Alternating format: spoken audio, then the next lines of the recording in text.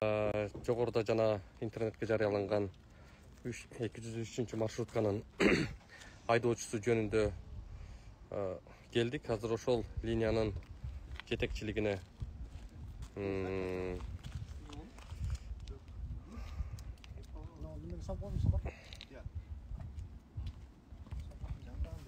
азыр эле ошол линиядан жумуштан алыныптыр.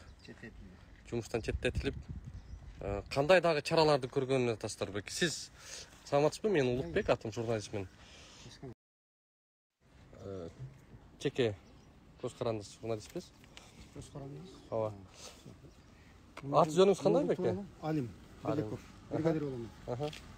Бул линиянын бригадири сиз болосуз, Жанагы киши эмне болуп аткан болот? Айдоочу эмне себептен андай түптөпеме кылыптыр? Бул айдоочунун алдагы кылган күнөөсүн биз силер катары эле жаңы уктук. Азыр биринчиден жаңы уктук. Булчу бир саат болду. Буну уже директор менен жетекчилер менен буну уже талкууладык мунуну. Буну однозначно бул увольнение кетти, приказ. Жумуштан четтетилди. Азыр бул водитель контордо турат, түшүндүгүн жазып, буга приказ чыкты уже. Сурадыңыздарбы, эмне себептен кылыптыр? Эмне себептен экенин буну тактайбыз. Эмне себептен экенин тактайбыз. Тактабай туруп эле. Тактаган күндө дагы бунун алда калган поступкасы өтө эле туура эмес. Бул туура эмес. Бул эч кандай рамкага. Качан жумушка кирген эле? Алдындай психологический эмес жакшы элеби? Жакшы эле. Айдоочу. Анан дагы буну тактайбыз. Эмне үчүн анда конфликт болгон? Бул конфликт болгон күндө дагы бул алдагындай бул конфликт болгон күндө дагы мындай поступка пассажирлер менен жасаганы бул туура эмес. Бул эч кандай рамкага сыйбайт. Буларды мындай тууралуу бизде строгий наказание, строгий. Кандай чара көрүлөт эми? Жумуштан четтетилип ким болобу кандай? Жумуштан четтетилет. Андан башка кандай чаралар көрүлөт? Андан башка чараны биздин баягы кандай деймиз эми, полномочиябызга кирген чара ошо да. Эң строгий чарабыз жумуштан четтетмей. Андан башка негизи көптөн бери иштечү эле киши? Көптөн бери иштейт. Мындай деле немеси байкалчу эмес мунун. Бул линиянын, маршруттук линиянын жетекчилиги кимге карайт? Бул 203 маршрут. Совет бригада деген. Совет бригада? Совет бригада. Учредители ким? Кутубаев Жумашалы. Директор фирма. Сиз бул жакта бригадирсиз, а? Азыр бул жактан да инспектор агаларыбыз келиптир. Сиздер кандай маселе кылып, кандай чараларды көрөсүздөр эми жогорудагы айдоочуга? Биз азыр жогоруда айтып кеткендей, бригадир айтпадыбы, жумуштан четтетилди деп. Ошонун негизинде түшүнүгүн алууга азыр биз жумушка чакырдык. Азыр бияка келсек өзүңүз көргөндөй эле жок экен ага. Бригадирин чакырдык, ошондой эле мына конечныйга келип түшүндүрүштөрүн жүргүзүп атабыз. Дальнейший что мындай болбош керек, бул мындай болтурууга жол бербеш керек. Азыр биз булар айтымын боюнча конторада экен өздөрүнүн кабин эмесинде. Жетекчилигинде. Башка линия точкасында. Управление городской транспорт деген бар. Азыр силер айтып аткан водитель фирманын жетекчилиги менен кошо управлениеге чакырылган. Угутка чакырылган. Ушул вопрос тууралуу управление чакырылган. Азыр водитель ошол жакта. Түшүнүгүн жазып ошол жакта отурат азыр жетекчилик. Анан магазин айтып атат. Фирманын директору бул однозначно увольнение болот деп. Ошон үчүн мен силерге уволить этилди деп айтып атам. Приказы барбы? Келдиби сизге? Приказ чыкты дейт, анан менин колума тиелек. Бул ошо фирманын жетекчиси, водитель экөө тең тиги УГТда, управление городской транспортта түшүндүрмө жазышып атат бул тууралуу. Бирок фирманын жетекчиси мага звонок этти азыр. Бул тууралуу однозначно увольнение болот бул водитель. Ошону мен түшүнмөй силерге айтып атам. Приказ колго тиелек, колго тийсе, на приказдын копиясын бияка беребиз го. Анан бул тууралуу азыр эми срочно собрание кылабыз дагы. Түшүндүрмө иштери обязательно жүргүзүлөт. Муну тууралуу. Буга чейин деле жүргүзүлгөн, окуучулар башталганга чейин жүргүзүлгөн. Атайын бир мындай сабактар өтүлүп, коомчулук менен иштешүү боюнча, коомчулуктун кызматын кылуу боюнча бир атайын семинарларбы, башка жана башка нерселерди өткөзүп турасыздарбы? Айдоочуларга. Бизде муну окуу немесине карата ар кандай чогулуштар болот да. Окуу жылынын башталышына карата 1,5-2 жылдан бери окуучулар окуй элек. Мына 3 жолу собрание өтүлгөн. Азыр окуу жылы окуучулар көптөн бери окуй элек, жаңы окушуп атат, абайлагыла. Абайлагыла, ар бир балдарды алып кеткиле. Колдон келишинче жер калтырбай алып кеткенге аракет кылгыла. Ар бир жаш балдарды, кичинекей окуучуларды салбай кетип калган учурлар көп эле катталып, көп эле көрүнүш бар да, ушундай нерсе болбошу керек да негизи. Көрүнүш көп, бирок ал бул себептен эмес, ал маршруттун жетишпей аткандыгынан болуп атат. Машина жетишпей аткандыктан болуп атат. Шаар боюнча маршрут жетишпей аткандыктан болуп атат. Жумуштан четтетүү боюнча приказ чыгыптыр. Эми сиздер кандай чара көрөсүздөр? Бул коомдук тартипти, адамдардын укугун тепсөө, кайсы бир жаранды ал каалаган кишини салып, каалабаган кишини түртүп чыгарып койгонго кандай укук бар? Ким андай эме кылып берет аларга? Андай укугу жок. Биз жогоруда айтылгандай эле биз ар качан бул айдоочулар менен ошондой эле бригадалардын катышуусунда 1-сентябрдан баштап ар биринин тумшугунда абайла балдар деген рейд өткөрүлгөн. Ошо менен эле биз айтылып атат, көп звоноктор болгон.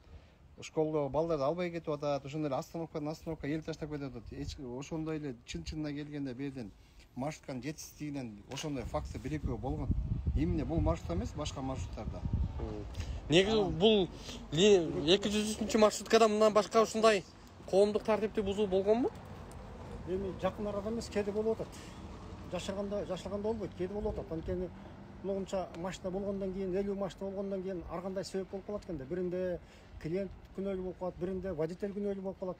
Но кандай болгон күндө деле водитель баягы элди ташып аткандан кийин баягы жакшы мамиле кылганга аракет кылыш керек да булар.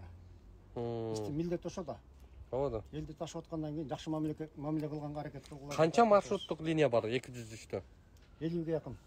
50ге жакын, 48, 49, 50. Сиздер бул жерден Горбаница жактан Дордойго чейин кетет да? Ооба. Ошондо сиз сөзүбүздүн аягына чыгалда кандай мындай так жооп берсеңиздер да, кандай чара көрүлөт эми бул айдоочуга? Азыр кандай чара көрүлгөндө бул тарап айтпадыбы азыр. Жумуштан кетти, андан башка сиздер тараптан кандай бир чара көрүлөт буга? Биз тараптан энди азыр биз жетекчиликке чакырдык, азыр бизге келет, азыр УГТда болуп атат экен. Биз ошол айдоочуга келгенбиз чын-чынын ушул жерге. Азыр жанагы чыккандан кийин эле уже интернетке.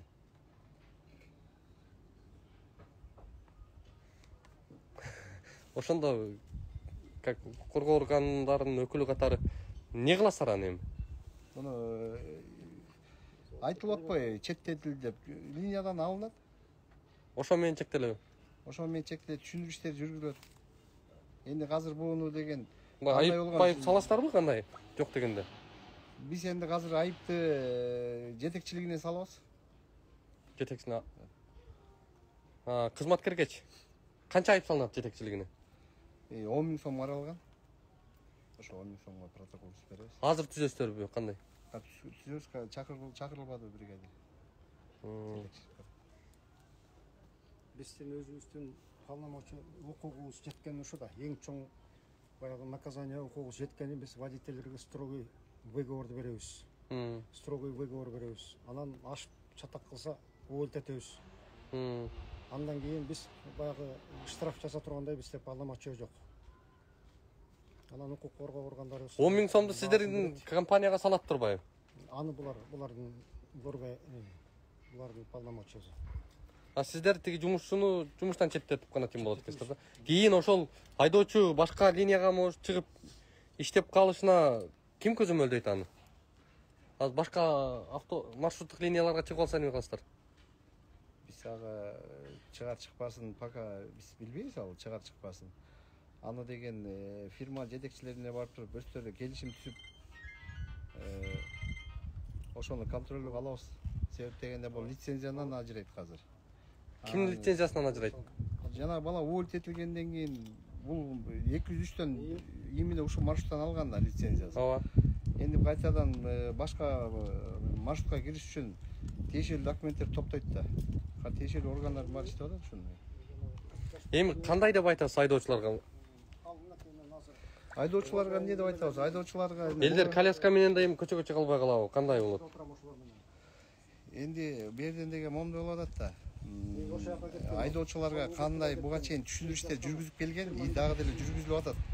Энди ар адамдын айдоочунун ар кандай өзүнүн түшүнүк аң сезими бар да. Акыл парасат, Ошо менен энди ар бир водительге мисалы ар бирине түшүндүрүү. Бул баланы деле өмүр баянга сурасак, бала чакасы үйлөнгөн эле үй бүлөлүү бала экен. Азыр булар айтып атат, берден коллектив айтып атат. Андай деле мындай агрессиялуу, мындай негатив жагы жок бала болчу деп атпайбы. Анан биз азыр айдоочуларга ошол жерден пайдаланып айтып кеткибиз келет. Ошо ар бир жаранга сылык мамиле кылып, ар бир айдоочулар өздөрүнүн эле балдарындай кабыл алып жүргүнчүлөрдү. Маданияттуулукту сакташ керек эң биринчи.